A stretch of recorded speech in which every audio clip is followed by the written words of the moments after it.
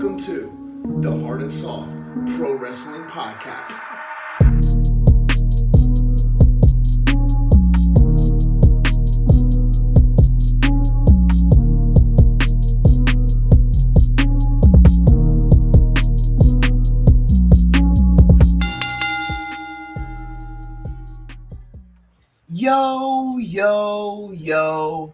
Yo. What's up, Hard&Soft Pro Wrestling Podcast Nation? You know who you're rolling with. It's me, the Big Hard, and the final boss. Final boss. Oh, crap. The BigSoftie, my shoot brother, and that's a shoot brother. Randall, yo, what's up today, man? How you doing? What's up, man? What's up, brother? How you doing? It's the BigSoftie, baby, and I'm here, rocked and ready to go, man. Just here in the Soft Studios, feeling soft. Woo! And we got the NaaaaaaatureBoi once again, man. I'm pumped. Oh, man, we're here for a great match. UnderTaker versus Flair at WrestleMania 18. I'm going to go through the match card, and we got some notes leading up, but I'm just letting the nation know. If you want to get your peacocks ready and join along with us, watch along after we do the notes, put it on in the background, whatever you're going to do. We're going to be at 1 hour, 9 minutes, and 10 seconds. And you're damn right I'm going to give you that time cue again when we're ready to hit play. So just wanted the nation to know that. But, yeah, Randall, we're here for another day, another pod. You know, it's exciting to be here. It's a great day to be alive, as most people would say. Spend my days working hard on the go. I won't get too far into that. All right. You know, we're here for WrestleMania 18. This was Sunday, March 17th in the year of 2002, 22 years ago, man. I mean, it's crazy that they're up to 40 and going on to 41 for WrestleMania. It's just nuts to think about. Right after the greatest Royal Rumble in history, the greatest drop kick in history, Maven. Oh, God. Taker. Remember when we met him and you told him about that? And you had him sign a picture of the Undertaker. He was one of the coolest dudes that we've ever met, and he was just on Undertaker's podcast, so it's cool that he's getting some spotlight. What a nice dude. Yeah, man, it was sick, and what a time for wrestling. I mean, I always say it, 17, 18, 19, 20, 21, 20, great WrestleManias all year after year, but this one, it holds a special place in a lot of people's hearts. I mean, I was at the doctor's office the other day, and I ran into a dude that was wearing a wrestling shirt. My girlfriend Caitlin's like, hey, look, he's got a shirt. And that's all she had to say. She knew I was going to talk to this guy. So he's walking by. I said, hey, man, nice shirt. He was actually at WrestleMania 18. So he saw Rock Hogan. But yeah, what a Mania. And I especially picked this match. This is the Softies pick. I love the lead up to this. Something tickles me when with Taker trying to pull Flair out of retirement. And they pulled out all the stops, and I loved it. And this is why I like doing this, man. Sitting down here with my shoot brother and watching some wrestling, my favorite hits of my childhood. So let's do this thing, man. Yeah, this is a great year in wrestling. The SummerSlam following this WrestleMania, SummerSlam 2002, was also like one of the best SummerSlams. Was it Rock? Was that Rock and Brock? Yeah, Rock and Brock. Also, shout out to the archives. Triple H versus Shawn Michaels. Shawn Michaels coming back. All time. Second episode of all time. Go back and check out the intro music. This, like I said, this is March 17, 2002. It was at the Sky Dome in Toronto, Ontario, Canada. Canada. We had 68,237 people here. So, huge crowd. Yeah. And I mean, this was back in 2002. They were pulling in 68,000 people. I mean, Meltzer probably will say this was probably the worst WrestleMania, but his mom probably didn't get the pay-per-view for him to actually watch it live, so he had to just take word of anybody that was willing to talk to the guy. Here, I need some mac and cheese. But regardless, started off with Rob Van Dam going against William Regal. So he beat William Regal for the Intercontinental title. So Rob Van Dam coming into his own here, coming in from ECW a couple of years back, but, getting his thing, beating William Regal. Great match. And we'll get into it, dude, but Van Dam had a shot to actually face Taker this year at Mania. It was one of the options that Vince laid out. Obviously, we'll get into it, but, we could have seen Van Dam versus The Undertaker at this Mania. That would have been it. That would have been a good match. But they got 2 stars from Dave Meltzer. Diamond Dallas Page was the European champion, and he went over on Christian. So, good match. 1.75 stars. You could have Big Hard could have the greatest late in life pro wrestling debut after Diamond Dallas Page did. Man, it could be up there. It's coming. I mean, hey, give me about 6 to 7 months. I might be able to announce. God. Maybe I might be able to announce a match. You know, that's all I'm hoping for. One match for the millions and millions of the Hard&Soft Nation members to come see it live.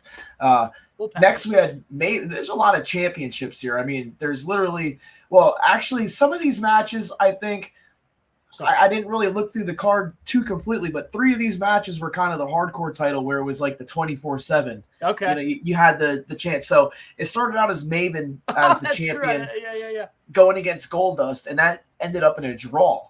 And actually, that got negative 1.5 stars for Meltzer. I'm guessing because it was a draw. Well, but then Spike comes and defeats Maven. Yeah. And that gets no rating? Nope, no rating. Why? And then was there a bell? And then the Hurricane comes in and beats Spike Dudley for the championship, and that got no stars either. So, no rating. I mean, you could at least give it a dud. Like, you could write the word dud, but just to give it a no rating.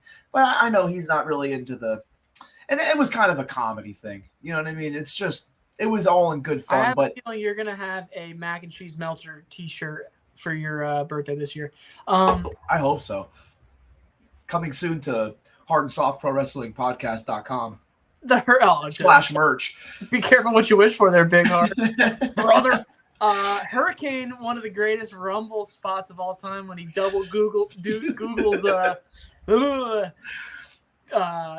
double choke slams. and Austin. How can we forget the 2002 Royal Rumble though? The 4 or 5 consecutive hoe trains by the Godfather. What a run! Oh God! I was watching a podcast with UnderTaker and Godfather, and he was saying that the more hoes he brought out meant the more time his match was going to get because to bring out too many was taking all of the match time away. But besides that, next we had Kurt Angle defeating Kane, which got 2.25 stars. I don't really remember much of that match. I mean, Kurt Angle back here was definitely great, but Kurt Angle and Kane, I mean, it's not the greatest matchup in the world, but I'm sure it was definitely a good match. Next up, 7th match on the card, we had The Undertaker versus Ric Flair in a street fight. Now, I'm not going to spoil the winner here, so we're going to go through and we're going to let this one marinate with the fans. But this got 3 stars. It's got 3 stars. So, and a street fight with Undertaker versus Ric Flair. And to be honest, it's WrestleMania. It's only WrestleMania 18. So if you can't kind of figure out the winner of this match just based on Undertaker's streak, I don't know what to tell you. You might not be a wrestling fan. We then had Edge defeating Booker T. In 6 minutes and 32 seconds. And that got 1.25 stars. Oh, you mean Adam Copeland? Yeah, Adam the Cope. I don't know how an Edge and Booker T match only got 1.25 stars. I mean, I know it was a short on time, but really? Okay, well, we had some more comedy mixed in here. We had Molly Holly defeating the Hurricane for the Hardcore Championship. So Molly Holly won the Hardcore title here. Oh, yeah. I mean, pretty cool if you ask me. It was definitely different for the times. Mm-hmm. Next match, which was kind of, I don't know. I don't think Stone Cold wanted to go against Hogan. I really don't think he wanted that match. So they gave him Scott Hall here. It got 1 star. Well, I think yeah. But I will tell you, Scott Hall definitely sold the stunner pretty good. And I'm not sure if Scott Hall was still dealing with his demons here. He definitely was. So I think that not long after this.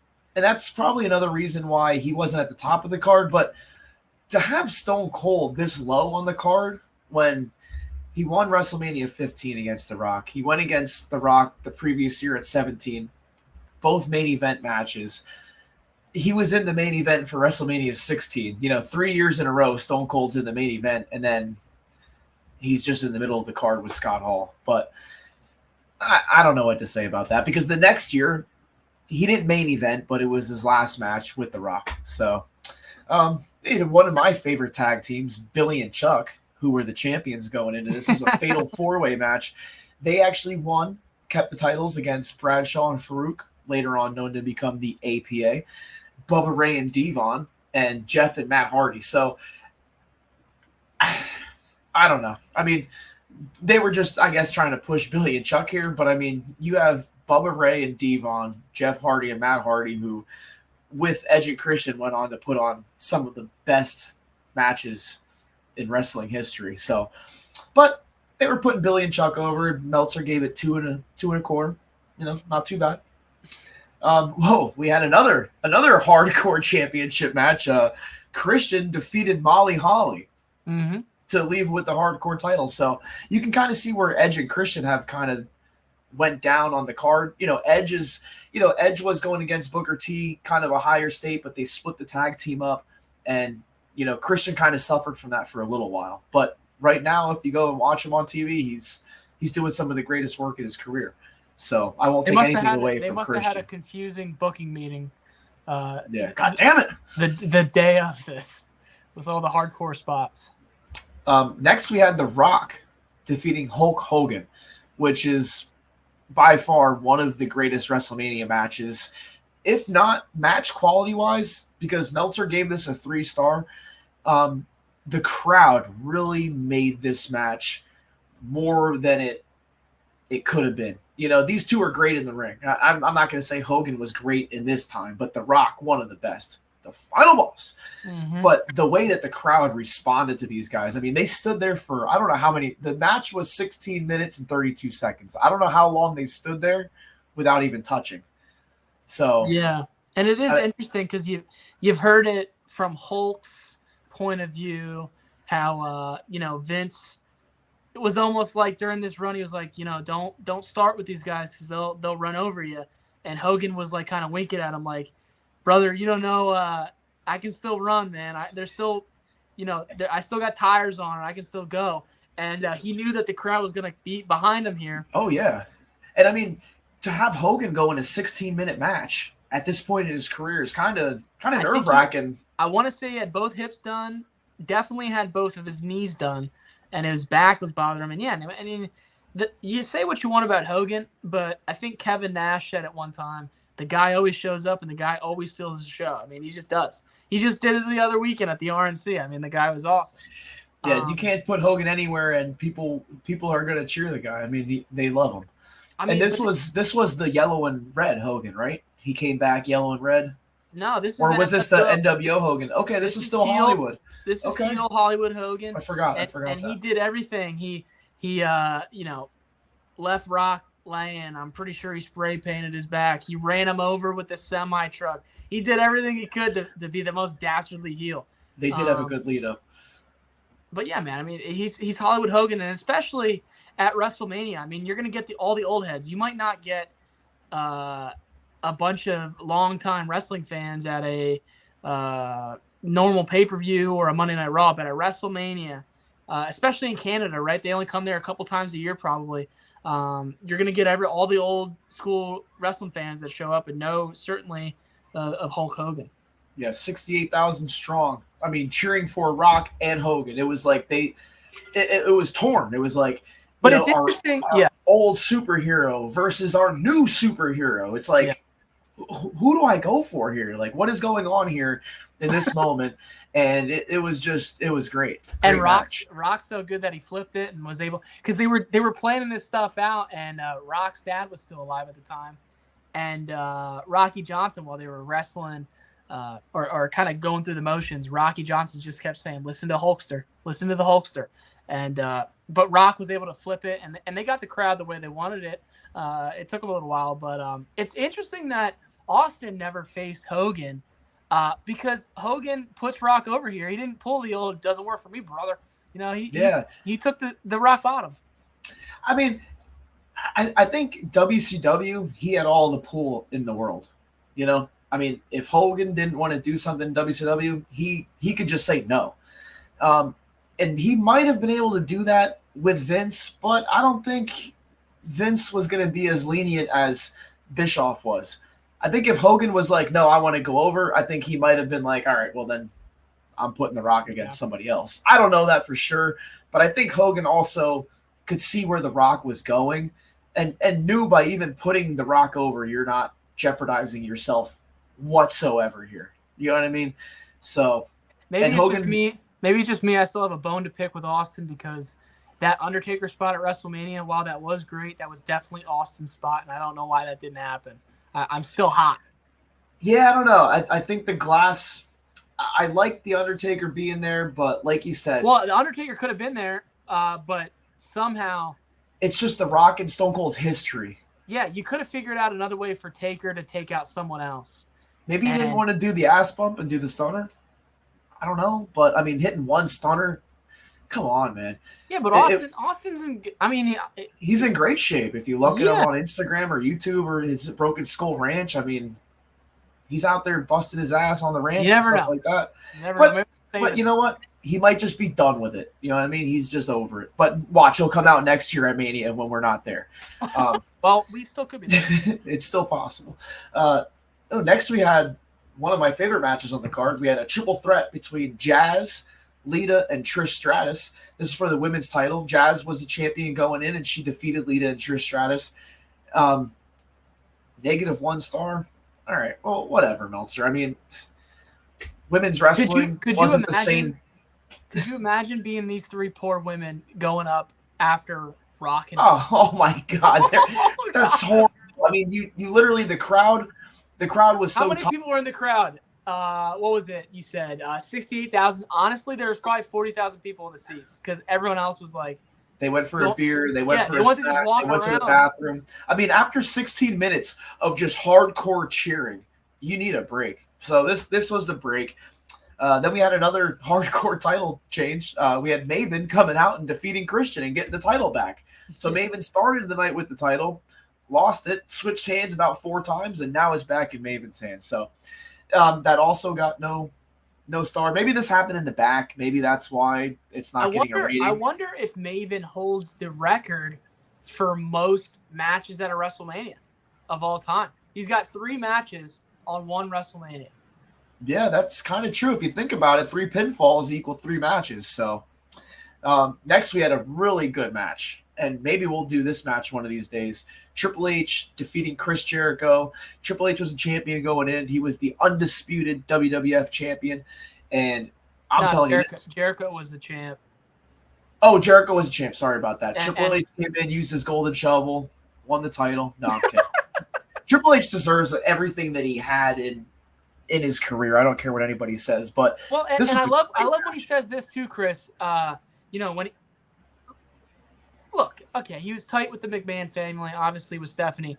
But when it comes to him in the position he's in now, he always says, well, like, I don't know, Vince offered me to go to these booking meetings, and I was the only one that wanted to wake up at 9 a.m. and show up to the building early. Yeah, I respect that. Why wouldn't you do it? And to say that Triple H doesn't deserve it, he's great in the ring. I could understand if he was like a mid-card guy in the ring. He wasn't, though. No, I mean, dude, he was. I don't remember any matches. And I mean, I forget what year it was. I think it was 1998. Triple H versus The Rock in a ladder match. Hell yeah. I mean, we have to do that. That like cemented both of those guys. And they did a ladder match completely different than anyone else. It was like they weren't doing high spots. It was all about the ladder being used as a weapon. Yeah. And like just the ruggedness. And I don't know what to say about that. I love Triple H, and I love him to this day. And I think he's doing great now, and he was doing great back then. And I think that ladder match was the best Young Rock episode. Yeah, that was good. That was good. And that got 3 stars for Meltzer, this match. Okay. If you had any question about how good Triple H was, just watch his return in 2002 or 2001 when he comes back at Madison Square Garden right before the Rumble win. Good Lord. I mean, if I remember one moment as a kid, it's sitting in our house in Buttonwood, and it was in the living room, and I watched that like just mesmerized. I just remember that Monday Night Raw more than anything. And that was another shout out to the archives. I mean, 2002 got a lot of play by the Hard and Soft Pro Wrestling podcast. And that was the main event of the night. So it was good that they had the women's match and Maven doing that in between or after The Rock and Hogan, because for these guys too, I think they were kind of like, well, shit, like how are we going to go out and overcome that? But they did with a 3-star match. So I mean, that was very good. But we finally got through the card there. I mean, that was a pretty long card. So I'm gonna throw this right over to my shoot brother, the Softie, and hit us up with some of this lead up we got going into this feud. Yeah, man. Again, this is the stuff I love doing, and I love, again, flashing back to matches I've watched probably 1,000 times. And if you haven't seen this before, go to the Peacock, load that thing up like I had early this morning, and 1 hour, 9 minutes, 10 seconds. You're gonna see some good spots. You're gonna see the Nature Boy at his best. You're gonna see a heel Undertaker at its best, who has a lot of respect for his predecessor and who he thought at the time, even then, was the greatest ever. Ric Flair, the Arn Anderson spot, a great 2 count, the crowd bit, we all bit. Yeah, man, I just love this, man. And the lead up was awesome. So let's go, man. So leading up to WrestleMania 18, again, we're getting there, and Undertaker is opponentless. And he goes to Vince, and Vince gave him some options, either working with the new up-and-cover, like we said before, RVD, who was sick at this time, and sick through his whole career, or he could work with Rick. And without skipping a beat, Undertaker picked Ric Flair. And that was kind of to Vince's surprise. But Undertaker said, look, I could work with the new young guy, for years to come. Let me work with the greatest of all time, the Nature Boy. But Rick was kind of doing this storyline where he was the current co-owner of the WWE. So to Vince's surprise, he picks Taker, or he picks Flair, and Taker says, again, he wanted to pick Flair. So we start on an episode of Monday Night Raw, right? We're going to kick this thing off, where Taker hunts Rick down in his office. Flair's a corporate guy now, god damn it. And he lays out the challenge for the WrestleMania 18 match. Flair says that he has the utmost respect for The Undertaker. And 10 years ago, Rick may have taken him up on that challenge, but now he's the co-owner, no longer a wrestler, and has too much on his plate, right? So Taker says, all right, I'm just going to have to see what I can do to change your mind. Kind of leaves it at that. The next SmackDown, Taker catches Rick and Arn Anderson backstage. And, of course, Taker's wearing that iconic, the hood on with the bandana. What a great look, the American Badass. So good. And once again, he asked Rick about Mania 18. Ric Flair, denies him, and Taker assures Rick that eventually Flair's answer will be yes. Taker eyes up Arn Anderson and mutters under his breath, when it comes to the Horseman, you must have been the one with all the guts. On the following episode of Raw, Jazz, Big Hard's favorite wrestler of all time, goes over Molly Holly via a brainbuster. Jazz then puts a submission on Holly and follows up with a DDT. Who wrote these notes, man? Making all these calls. Yeah, I'm not going to shout him out, the Softie. Arn Anderson comes down with medical and referees to check on Holly, who's laying there selling, in which The Undertaker interrupts. Taker meets Arn halfway on the ramp and proceeds to whip the enforcer's ass. Arn gets loads of color. Taker takes the mic and says that this assault was on Ric Flair's hands. Later in the show, as Rick pulls up to the show in his limousine, earlier he was jet flying, so now he's limousine riding. A ref lets Rick know what happened to Arn. Rick storms backstage to see Taker with his feet up watching footage of the assault on Arn. Flair's pissed. Takes the VHS. This is back in the VHS days. I wonder when he ripped it out if he rewinded it. He was courteous. Remember those Blockbuster days? He better have. He tells Taker that he'll have his answer for Mania later tonight. Later in the show, Maven is going up against Goldust, and Taker interferes. Taker beats on Maven, who has Al Snow come out for help. And, of course, Al was kind of the tough enough guy at that time. Real quick, can you do Goldust's taunt? I forget what it is. There's the thumbnail. Oh, God. Taker lays out everyone, but Flair comes out, takes a lead pipe off the dead man's bike. Of course, you just have a lead pipe sticking out. and he proceeds to beat Taker with it. Rick gets on the mic and tells Taker the Mania match is still off, but if Taker touches another friend of Flair's, Flair warns him that he will remind him why he is the dirtiest player in the game. And Flair, just like Shawn, man, littler guy, kind of had that perfect wrestling build. But when it came down to nuts, when it came down to fighting, you believed in Flair, man. Oh, yeah. Taker's not going to go after Charlotte Flair, is he? Well, you never know. He is the dead man. The next week on Raw, Flair is out due to a family emergency. Uh-oh. JR makes the call. The Undertaker rides his bike down the ring, and JR says, "Was Flair not here? You wonder why Taker's even here tonight." The Undertaker takes the mic and cuts a promo on what he had to do to Rick's best friend, Arn Anderson. They then run footage, and Taker says Rick made him do that. But since Rick did not give Taker the answer that he wanted, Taker had to push the envelope just a little tad bit further. Taker explains that earlier in the day, he had to pay his oldest son a visit. This is where it really starts heating up, and I can remember watching this being like, holy shit. Yeah. Taker rolls the footage and reminds Flair that Mania is only 13 days away. The footage begins with Flair's son training in the ring with the developmental trainers. The Undertaker comes into the shot and throws a big right hand at Flair and the whole rest of the crew. And it's funny, too, like he lays out a couple people, but then all the other guys that are training kind of like merge towards the ring, and Taker just jumps on top of the ring apron and puts his hand on the rope, and they all scurry away. It was an awesome visual. Taker takes Flair into the bathroom and tells the rest of the staff that anyone that opens the door will regret it. Flair's son is already bloodied up. He's beaten into lockers and walls and left in the shower. Before Taker leaves, he whispers in David's bloody ear and says, "You have a sister, don't you?" Taker looks at the camera and says, "What's it going to be, Flair?" Flair gets to the arena that night and storms to Taker's locker room. Taker has the door locked, and he's watching reruns of him just beating David Flair's ass. Flair is going crazy on Taker's door and tells him that he's going to the ring right now. Flair gets in the ring, grabs the mic, and says, "Undertaker, as of tonight, because of you, I'm a wrestler again. And your trophy case is not big enough to hold Ric Flair the wrestler. Vince McMahon's trophy case is not big enough to hold Ric Flair the wrestler." Flair says, "Undertaker, you like blood?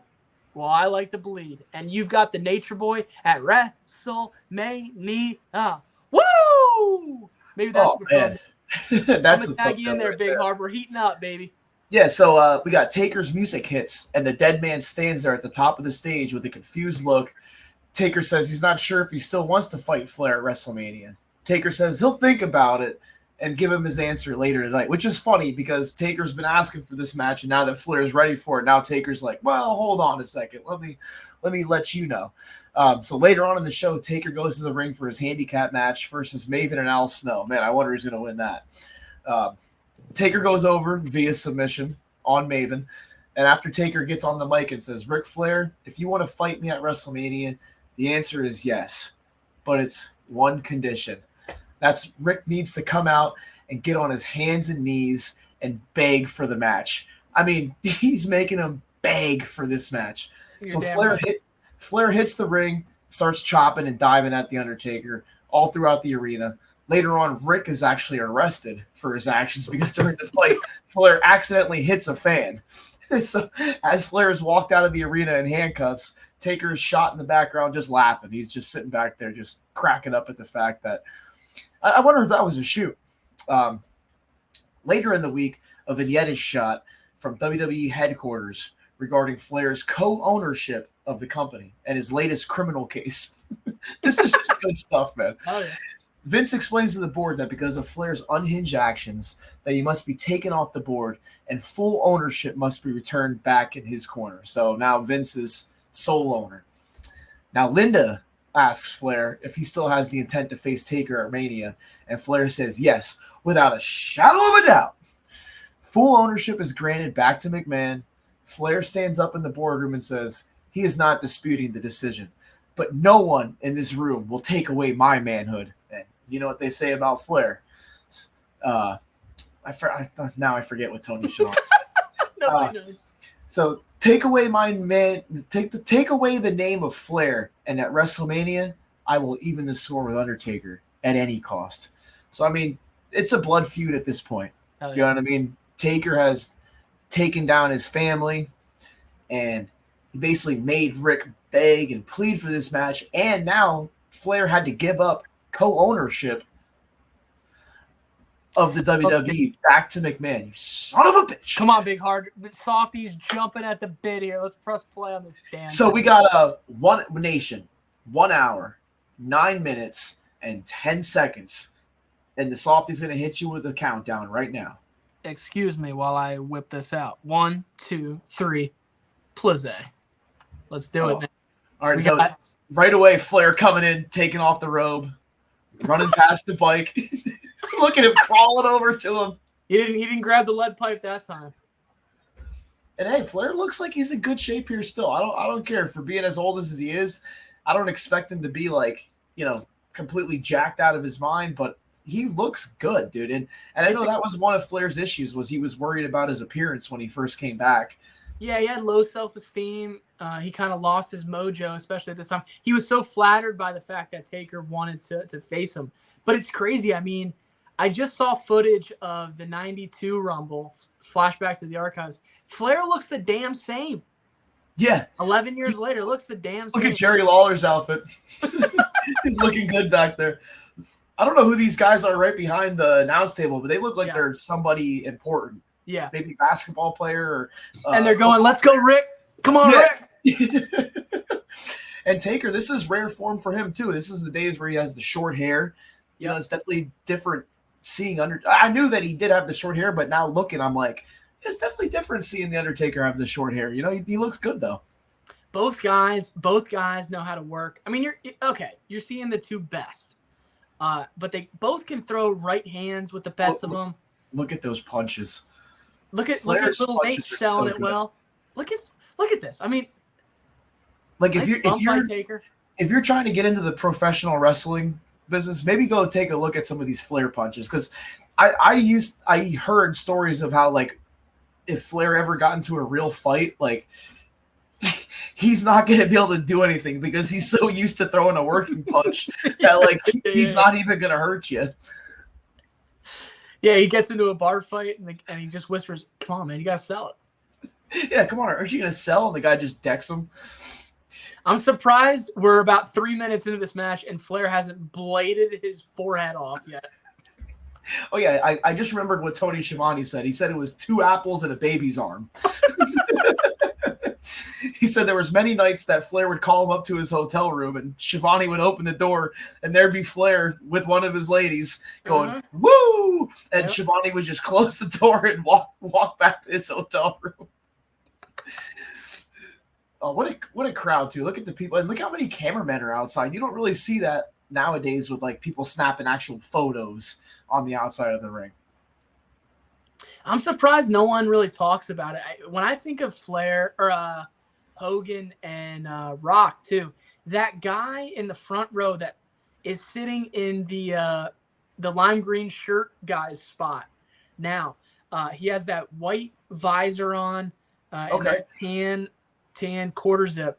That's who his reactions in the Hogan Rock match are just awesome. And back then they weren't doing those like close-up fan shots, where they were getting reactions. Like the one I think of most is when Lesnar beat Taker at Mania 30 and they had that one guy in the crowd that was just like, oh my God, Oh, dude. So Taker just Irish whips Flair in the corner. Flair misses his spot a little bit. Now Taker says he almost took a shoulder bump into the guardrail. I mean the post there. Now the respect of Taker to do this again though, because he knows how important this match is to Rick, and of course Rick does the Flair bump. Watch the boot. Hits him with the big boot. Oh my God, that is so good. Look at Undertaker's busted open in his face already. Yep. But even that big boot, right? And this is what Taker was so good at, the camera zoomed in and he did that little motherfucker, like that little, it's those little things, the in-between things that really make a match. I'll say this too. That's how an announce table should look. Those announce tables is exactly how I want them to look. I like with the monitors hidden. You know what I mean? Like you don't Yeah. see everything on the table. You don't see what they're looking at because JR always says that he's calling what's on the monitor. You know, like right now they're looking at it, but you can still see JR looking at that monitor to make sure he's calling out to the TV people watching on TV what's happening that they're seeing. Mm-hmm. You know what I mean? Like that was a perfect Flair bump, but it looked like he hit his back off the top of that post, man. But I think the adrenaline. Oh, well, okay. Flair's busted open already. Flair ripped blades. Look at, and that's Will Sasso, a comedian, right behind him. Is that really? Yeah. The guy in the black shirt? That's where I got the hey. Oh, the guy in the black. Oh, the guy in the black, right? No, the guy next to him is Will Sasso. He's a comedian, I believe. The one in the plaid shirt, or? Yes. Oh, okay. Yeah, you mark. Yeah, don't be a mark, bro. It's great too with Flair because he's got that white hair. It's not even blonde; it's white, and then just the blood is gonna be all over his hair. It's just gonna look so good by the end of the match. Here he goes. I never understood how like guys carry the blade in their wrist tape. How did people say they put it in their lip? I think Flair says that he always had it like in his lip there, like that. Yeah, but what do you just like callus like a little divot in your mouth? I think you just hold it in between your lip and your gums. But I mean, what happens if you swallow it by accident? I'm thinking I'm putting it in my wrist tape and I'm giving one to the ref just in case. I'm not putting it in my mouth. I think I'm just gonna let the guy hard way me if it really comes down to that. You know what I mean? Just hard way me, man. Honestly, I don't know if I'd be able to blade myself. I mean, I'm not sure. I've never done it. You know what I mean? I'm not sure if I would like. I guess if like the adrenaline's pumping here. You know what I mean? Well, there must be a science to it. It must not. I think they take Advil or there's some type of headache pill that you take. I've seen Punk do like the jabs. I would think you just you only need a little cut, man. AEW's really good at showing the blade jobs. Yeah. It's like John Moxley is literally just like looking at the camera going, and they're like, oh, hold on, let me get this shot. 5 stars. Flair's using all 3 of his 3 chops, and he's still chopping. You got 3. Love it. It's great that Flair does the chop and everybody. Dude, come on, man. God. When you watch Bret Hart take a move and sell that clothesline into the corner, that's wrestling, man. And the blood on the camera. Yeah, it's not about the that chest bump into the ropes. I learned how to do the chest bump into the corner, and I'm telling you, I had bruises on my arms for a week and a half just from hitting the ropes and stuff. It's insane. But look at this. Oh, I mean. And Taker looks like he's throwing him like full speed into that corner. Like he is. You think these guys just go out and they just lay everything in? You know what I mean? Like I just want it to look good.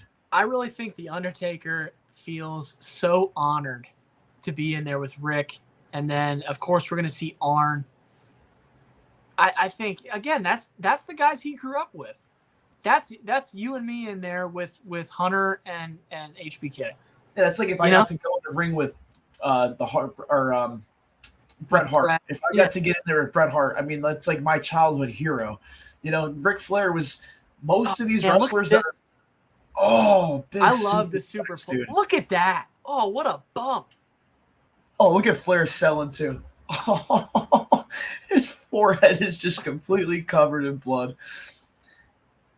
So good. And it's so good that nowadays, when anybody does a chop, you still woo. I mean, no matter what show you go to, it doesn't have to be a televised show. It could be a show at, like we said, Quakertown. It could be Monday Night Raw. It could be AEW Dynamite. You hit that chop, the whole crowd is giving the woo, which is so awesome. You can go to a minor league baseball game and hear woos in the crowd. Dude, when I go to like the Iron Pigs, they're right around the street here. When I go to their games, on the loudspeaker, you hear woo when they do a good play, and they do the Jim Huggin ho, which I mean, I'll tell you, if you hear me in the crowd giving you a Jim Duggan, you're gonna hear it, man.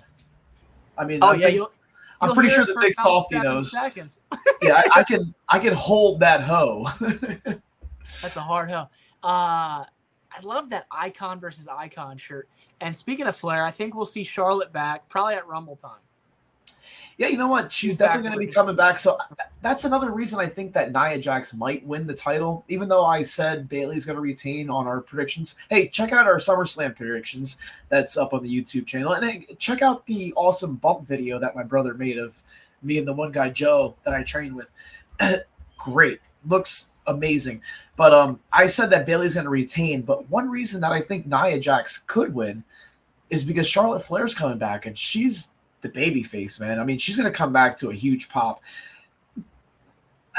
But maybe not. People do resent Charlotte Flair too for some reason because, her position, they say it's because of Rick. But I think she's also good in the ring, though, too. She is the greatest women wrestler of all time. I'd say at least right now in this era, and I'm trying to think of people that are better. She's Trish Stratus, Lita. She's better. Yeah, she is better in the ring, I'll tell you. But those are like the only two other female superstars that I could kind of put in that contentionship. But now you're seeing chicks like Tiffany Stratton that can really. I mean, she had that gymnastic background, but she knows how to play her character and knows how to work too. I'd like to see Tiffany and Charlotte.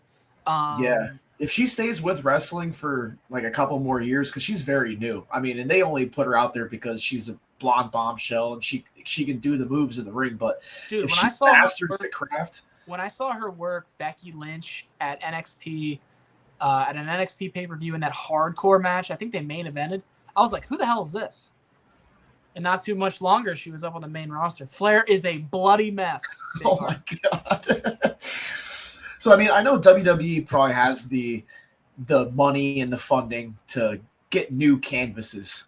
You know what I mean? But, like, when you go to, like, smaller shows and people are bleeding like this, and then the next month they put the same – it's basically – it's the same canvas going out there. I mean, WWE changes their canvases, like, 3 times a show. If you go to, like, Raw, I think they change it every hour, that canvas. I mean, even if there's blood on it or not. And they have a crew in there that's, like, boom, boom, boom, getting it done in the commercial break. Which, hey, Hard&Soft Nation, October 21st, Philadelphia, Pennsylvania, Wells Fargo Center, Monday Night Raw. Me and the BigSoftie have our tickets acquired, so we will definitely be there. The only thing that stinks about going to see Raw is it's 3 hours and the commercial breaks, but when I went to Raw last time, during the commercials, they had Samantha Irvin out there doing stuff like on the camera, or they were doing like shirt giveaways. They were throwing them in the crowd. So it kept you invested throughout the whole show, which was nice. Because I feel like when we went to that SmackDown show, they had too many backstage things. Yeah. Like Edge was there, and he did a backstage thing, and it was like, oh. But remember, Chris, that was before AEW. That was a completely different time in wrestling. I mean, that was when Finn Balor came out at the end. Wasn't it Finn Balor? He did that big jump off the top rope through a table on the outside. Yeah. Uh-oh. Oh, there's the lead pipe. Flair's got the lead pipe. So it's duct taped to the bike. So that's what I'm wondering. Like, how is that like in the wheel and the bike is still moving? Like, I don't understand. Now I think Taker's gonna blade. Get out of there, cameraman. Taker could bleed with the best of them too. Oh my God, yeah. And they know not to get the shot. There it is. Hey, Big Heart. Did you catch AEW, the whatever they call it, the blood and guts, the chair shot on I saw clips of it. I didn't watch it live. What do you think of that? So here's the only thing I don't like about the ending. Now, I get what they're trying to do with Jack Perry, and it definitely is elevating the guy. I don't like the guy, but I will admit that he's definitely getting talked about. But they lit him on fire on the last pay-per-view already. And now he takes that unprotected chair shot for no reason whatsoever. No reason whatsoever. And then they go to put gasoline on him like they're going to light him on fire again. And he's like, they're all scared. Well, he was lit on fire the last month. You know what I mean? And he still won the match. Yeah. The chair shots to the head, I think, look, should they be doing it every night? No. Should they be doing it multiple times a year? No. But if it's in the right spot once in a blue moon, I mean, it's got such an effect. Watching that unprotected chair shot is just like, Jesus. So if you put it in the right spot, I'm okay with it. But it was cool, though, because he was, posted up, handcuffed to the cage.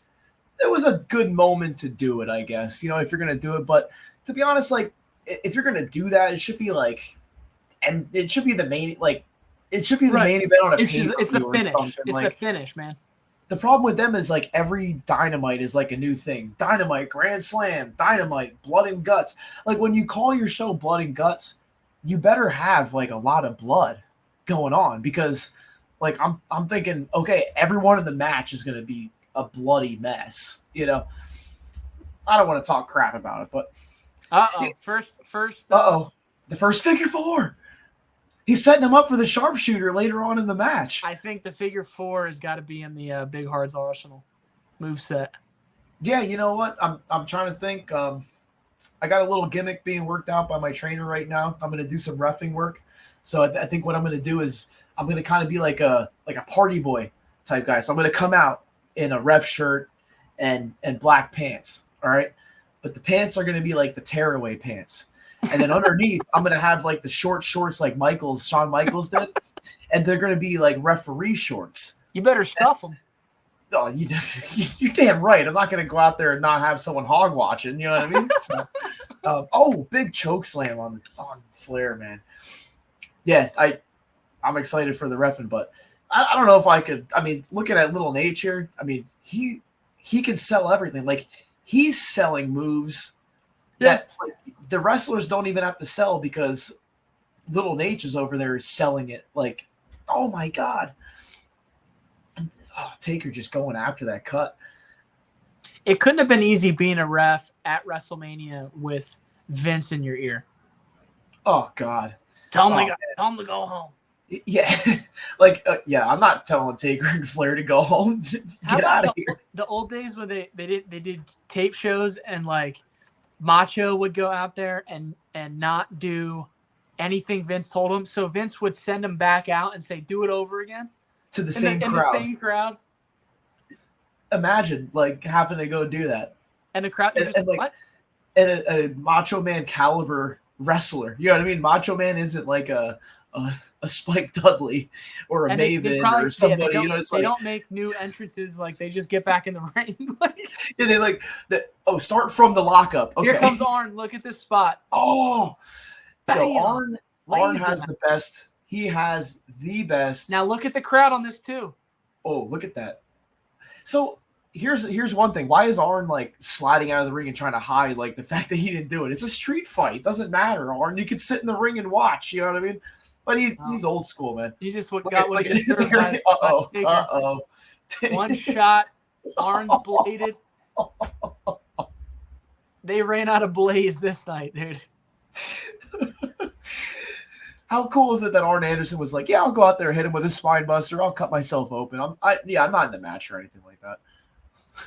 Arn had that brutal neck injury over the years of wrestling and the really bad neck surgery.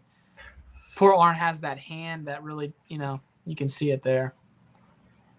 There was just like a funny thing. I forget what exactly it was, but back in AEW, when Arn was Cody's manager, he said something about like bringing out a gun or something like that, like, and then there was like a picture of, I thought there was a picture of Cody like in Call of Duty holding the gun, and Arn Anderson tweeted like finally Cody Rhodes listened to me. But it's in a video game, you know what I mean? I pull out my Glock. Dude, that's pretty cool. They put Rhea Ripley and Cody Rhodes in Call of Duty. I mean, that is pretty cool, because I was playing the other night, and I mean, I was killing Rhea Ripley like 20 times in a row. Like, it was cool seeing her running around the map though. Like, that's like, sick. What the hell? I'm gonna have to get back into playing. I do think we'll see Arn in the WWE again. He's definitely got to come backstage or something. Look at like Flair's like, I'm not going up. Taker's like, you're going up. Is he gonna hit whatever reason they couldn't get the last ride, so he's just gonna go Tombstone here. That's interesting. That's not the finish, is it? Yeah, this is it. No one's kicking out of the Tombstone. Well, they do on Wednesdays. Yeah, I remember. That was a good Tombstone, dude. Hell yeah. It looked like he planted them. I was listening to Undertaker's one of his last podcasts, and he was saying how one time Scott Hall didn't want to cross his arms when he was Razor, and it made him look weak. I don't want to look like a jabron, bro. And Taker's like, no, you're gonna cross your, like, everyone does that. And someone got in Scott's ears and was like, listen, this is the Undertaker. Don't, you're jobbing out to him, right? And so they go out there at the independent show, drop Scott Hall, and as soon as Scott takes the bump, he just lays like It's like, yo, don't be a mark, bro. Yeah. It's the Undertaker. Anyway, dude, that was sick. When he hits the tombstone, match done. It's over, man. But yeah, that was a great match.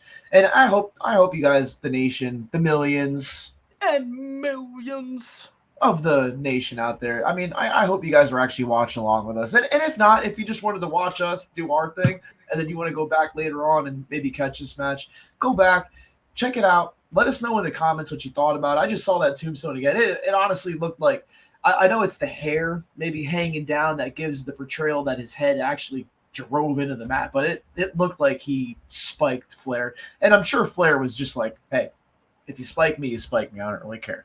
Doesn't matter at this point. Now, wasn't Coco Beware like Taker drives off on the bike up the ramp. Just an awesome match, man. I mean, you don't get any better than this. Yeah, and I know we do a lot of watch-alongs, but I remember just back in the day, like a couple of years ago, listening to Shivani and Conrad like watch along WrestleMania 17. Yeah, and just turning that on, putting it on mute, and putting the podcast on. I just found myself laughing hysterically. So I like doing this, man. It's great. I'm glad we did this match. And I mean, like I said, leave a comment. Let us know what you thought. Let us know, what you didn't like, what you did like, anything you want us to do in the future. I do have another match coming up. We have a friend, Currency, that we met at SVW at one of the watch-alongs. I think it was a Survivor Series watch-along. We met him there, and he asked me if he can get on the podcast. And hell yeah, I asked him what his favorite match was. I got to look at my phone to see exactly what it was, because the first one he sent me, we already did. So I don't want to do a repeat episode, but he got me back with another good one. Joe Panther III hit me up with a good one. I think he hit me up with Kurt Hennig and Bret Hart at SummerSlam. I think it was 93 for some reason, which was also a great match. So, like I said, just hit us up in the comments. Hit me up on Instagram. I'll always DM you back, if you hit me up. So, I mean, thank you, Nation, for joining us with our ride. And definitely check out our SummerSlam prediction video coming out soon, or probably actually before this video. So if you're watching this one and you didn't watch it, go back and check it out. SummerSlam is this Saturday. I'm gonna post this one first just to make you look like an arse. Hell yeah, I'm a mark. And I only got one thing to say, and that's, if you're not hard, you're soft. You're damn right. And it's all right to be soft. Sometimes.